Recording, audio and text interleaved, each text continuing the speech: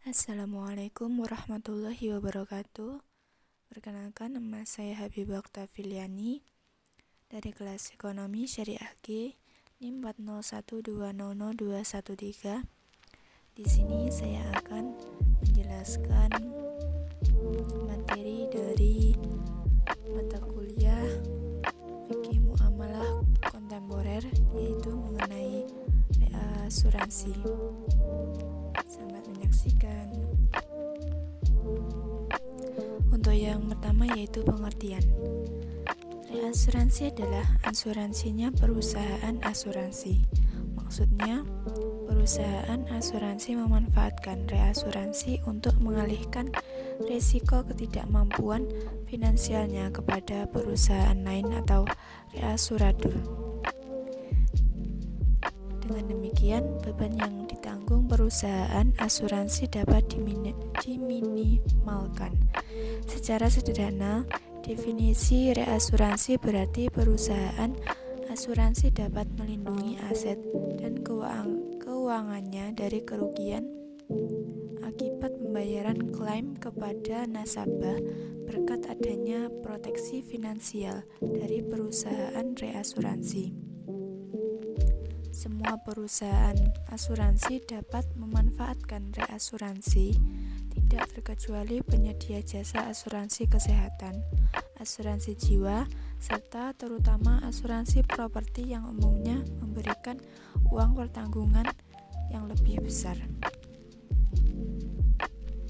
Mengapa perusahaan asuransi memerlukan reasuransi? Pertama, perusahaan asuransi menanggung resiko klaim yang besar, sehingga harus mengalihkan sebagian resiko tersebut. Umumnya hal ini terjadi ketika perusahaan asuransi merasa nilai yang ia tanggung, salah satunya uang pertanggungan, jauh lebih besar daripada premi yang mereka kelola. Sebagai badan usaha, perusahaan asuransi ingin melindungi kestabilan keuangan dan pendapatannya. Disinilah peran reasuradur untuk meminimalisasi risiko kerugian tersebut. Yang kedua, setiap perusahaan asuransi pasti memiliki kas cadangan klaim yang harus tersedia. Takut-takut nasabahnya bakal mengajukan klaim dalam waktu dekat.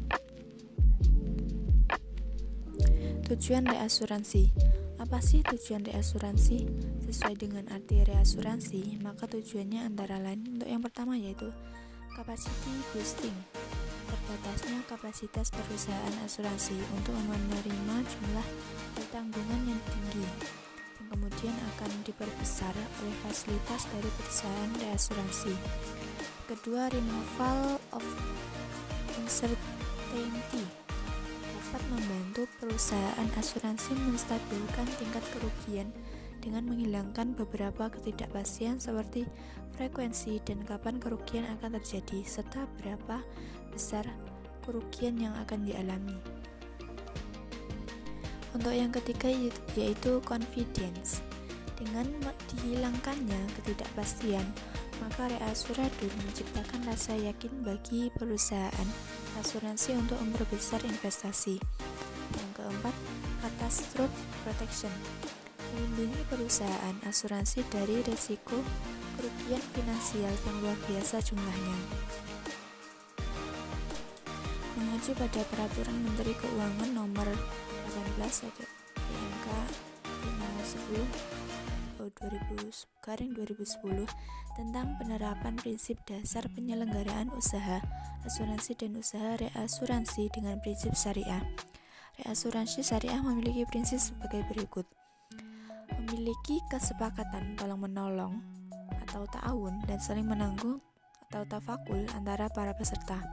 Selanjutnya ada kontribusi peserta dalam dana tabarruk. Perusahaan bertindak sebagai pengelola dana tabarruk. Terdapat prinsip keadilan, dapat dipercaya atau amanah, keseimbangan atau tawazun, kemaslahatan atau maslahah, dan keuniversalan atau syumul. Tidak mengandung ketidakpastian atau ketidakjelasan atau gharar, perjudian atau maisir, bunga atau riba, penganiayaan atau zulum, suap atau risiwah, maksiat, dan objek haram. Itu tadi beberapa penjelasan materi dari saya.